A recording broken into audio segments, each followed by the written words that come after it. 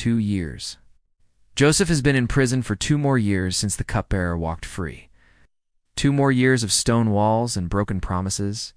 2 more years of wondering if God has forgotten him.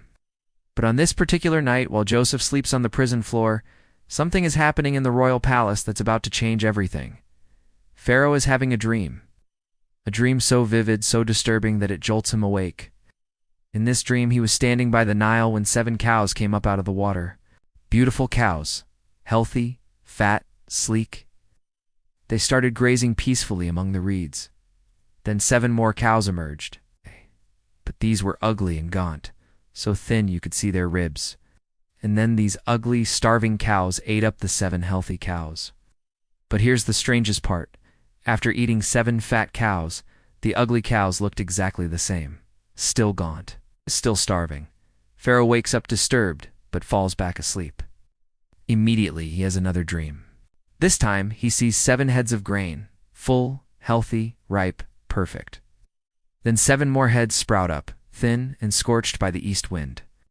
And the thin heads swallow up the 7 healthy heads. Pharaoh wakes again, and this time he can't sleep.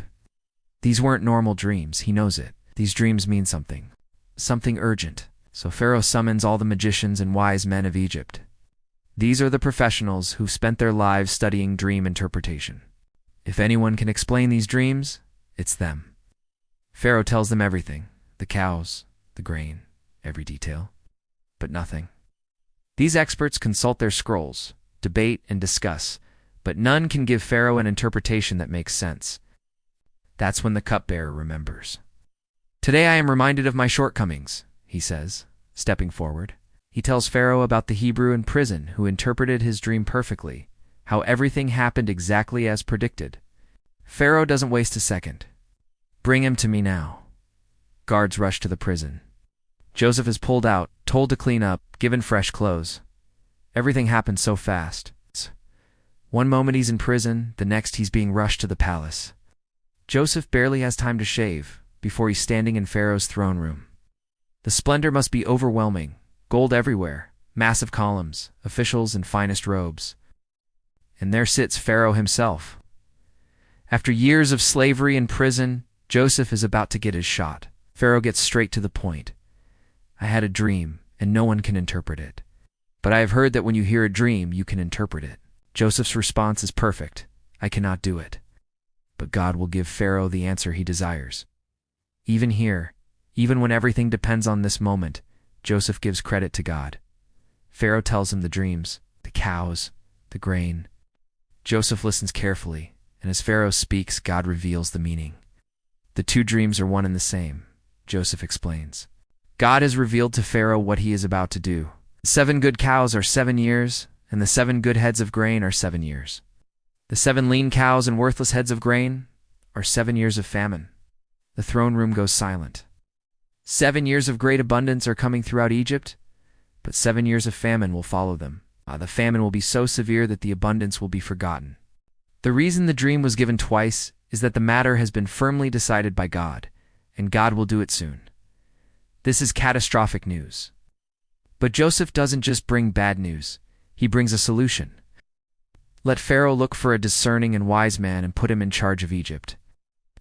Let Pharaoh appoint commissioners to take 1/5 of the harvest during the 7 years of abundance.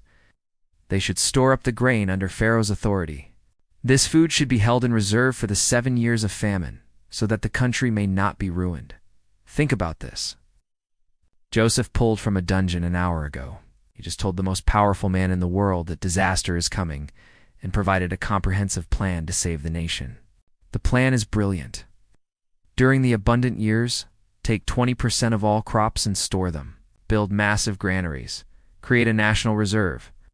When the famine hits, Egypt will have food, not just to survive, but to sell to other nations who weren't prepared. Pharaoh looks at Joseph, then at his officials. Can we find anyone like this man? One in whom is the Spirit of God? Then he turns back to Joseph. Since God has made all this known to you, there is no one so discerning and wise as you. You shall be in charge of my palace, and all my people are to submit to your orders. Only with respect to the throne will I be greater than you. Joseph went from prison to prime minister in a single conversation.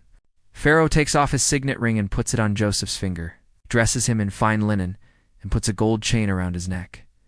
He gives him a chariot, and people shout, "Make way," wherever Joseph goes. Pharaoh gives him an Egyptian name, Zaphenath-Paneah, and arranges his marriage to Asenath. At 30 years old, Joseph becomes the second most powerful man in Egypt. But Joseph doesn't celebrate. The clock is ticking. He appoints officials, creates infrastructure to store massive quantities of grain, and the abundance comes just as God showed. The harvests are incredible, so abundant that Joseph stops keeping records because it slapped measuring sand on the seashore.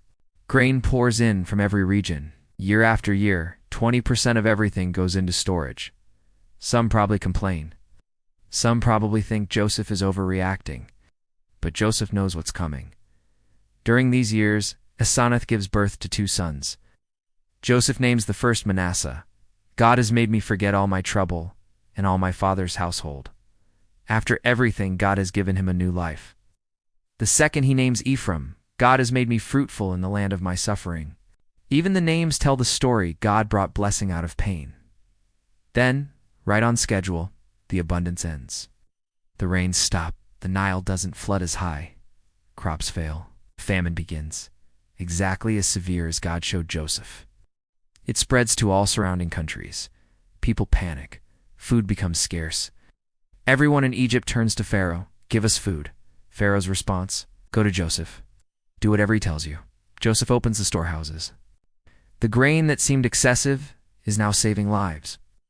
People come from all over Egypt to buy grain. And as the famine spreads, people from other countries start arriving too. Caravans from distant lands, desperate to buy food because Egypt is the only place that prepared. The impossible has happened. The slave became a servant. The servant became a prisoner. The prisoner became prime minister. The dreamer who saw stars bowing to him is now in a position where people from every nation come to him, depending on him, bowing before him. Those dreams from his youth, they're starting to make sense. But Joseph doesn't know the full picture yet, because among those starving nations is Canaan. And in Canaan is Jacob, who has heard there's grain in Egypt. Jacob is about to send his sons to buy food. The brothers who threw Joseph in a pit. The brothers who sold him for 20 pieces of silver. The brothers who broke their father's heart. They're coming to Egypt, and they're going to stand before the prime minister and bow down, not knowing they're bowing to the brother they thought they'd never see again. The stage is set. The dreams are aligning. And Joseph is about to face his greatest test yet, not of survival, but of forgiveness.